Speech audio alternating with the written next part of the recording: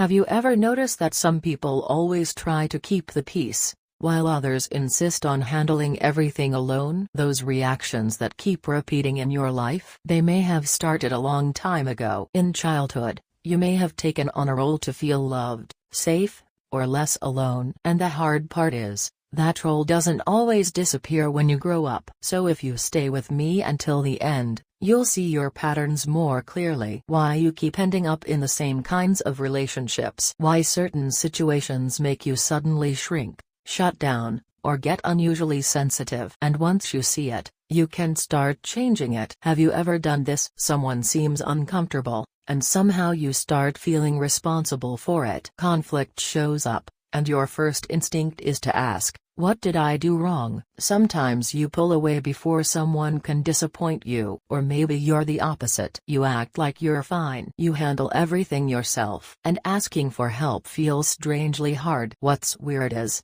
part of you already knows you want to respond differently. But your body moves first. It goes back to what it knows. That's why so many people quietly wonder, why am I like this? But here's the thing. This is way more common than you think. As kids, all of us build survival strategies in one form or another. And over time, those strategies stop feeling like strategies. They start feeling like personality. In psychology, there's a simple idea behind this. The relationship patterns you learned early in life often shape the way you connect with people now. In other words, the rules your nervous system learned as a child can keep running on autopilot in adulthood. For example, if you grew up needing to read the room quickly to feel safe, you probably still do it now. You notice tiny shifts in tone, a look, a pause, a little distance in someone's voice, and your body reacts fast. People like this often become the nice one, the easygoing one,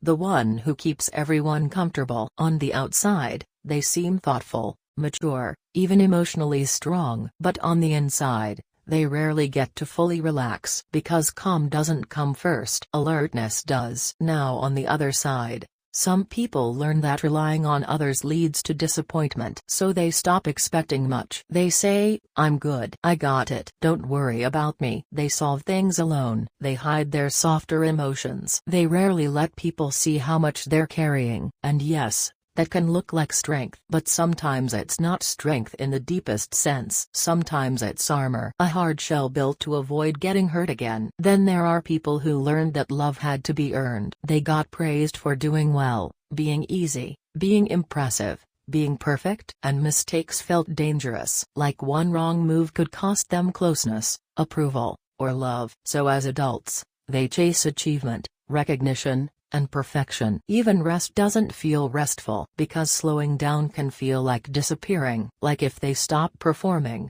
their value goes with it. And this part really matters. These roles were never created because something was wrong with you. They were created to protect you. They weren't flaws. At one point, they were actually smart adaptations. That's why these patterns can be so hard to change. Some part of your mind still believes those old rules are what keep you safe. And honestly, doesn't it feel a little relieving to hear that? Maybe you're not broken. Maybe you're repeating something that once helped you survive. In fact, so many people are still living inside roles they built in childhood. But here's where it gets deeper. A lot of people don't just suffer because of the role. They suffer because they believe the role is who they are. I'm just the one who puts up with things. I'm just better off alone. I'm just someone who has to get everything right. But what if that's not your core self? What if that's just a psychological uniform you've been wearing for so long it started to feel like skin? Clothes can protect you, but if you wear them long enough, you forget you're wearing them. And that's why taking them off feels scary. Psychology talks a lot about this. We often confuse familiar with safe. Let that sink in. Familiar is not always healthy. Familiar is not always peaceful. Familiar is not always love. It just feels predictable. And the brain loves predictability. That's why people who always over-accommodate often get pulled toward people who expect them to over-accommodate. And people who always endure things alone often end up in relationships where they keep enduring things alone. This isn't because you lack willpower. It's because your mind is still using an old map. So what role do you repeat the most? Are you the peacemaker? The lone survivor? The one who always has to prove something? Now stay with me,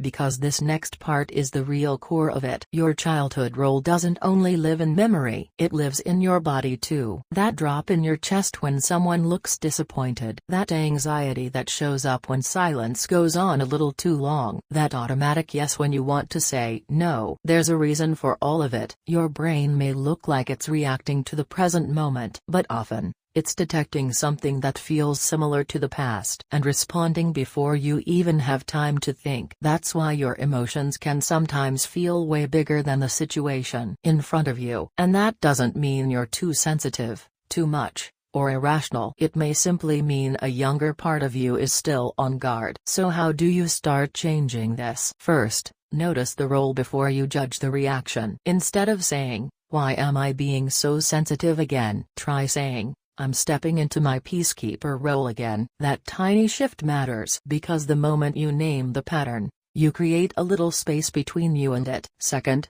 change just one sentence before the automatic response takes over. Instead of, "Sorry," try, "Let me think about that." Instead of, "I'm fine," try, "Honestly, I'm having a hard time." Instead of, "It's no big deal," try, "That actually hurt." These sound small, but small sentences can interrupt old roles. Third, don't mistake calm for boredom. A relationship without constant drama isn't empty. It may be healthy. If peace feels unfamiliar, that doesn't mean it's wrong. It may just mean your nervous system is learning a new kind of safety. And that takes practice. Honestly, isn't this something more people need to hear? Because when we start noticing each other's roles, relationships get softer. They get clearer. They get more honest. So here's the big takeaway. The pattern making your life harder right now may not be your personality. It may be a role that once protected you. So no, you don't need to be ashamed of it. And no, it's not too late, because change starts the moment you notice. In the next video, we're going to talk about why certain people make you feel small, while others bring out a version of you that feels unusually strong. If this kind of conversation helps you understand yourself more clearly, hit subscribe so you don't miss the next one. Because healing doesn't start with fixing yourself. It starts with finally understanding why you had to become this way in the first place.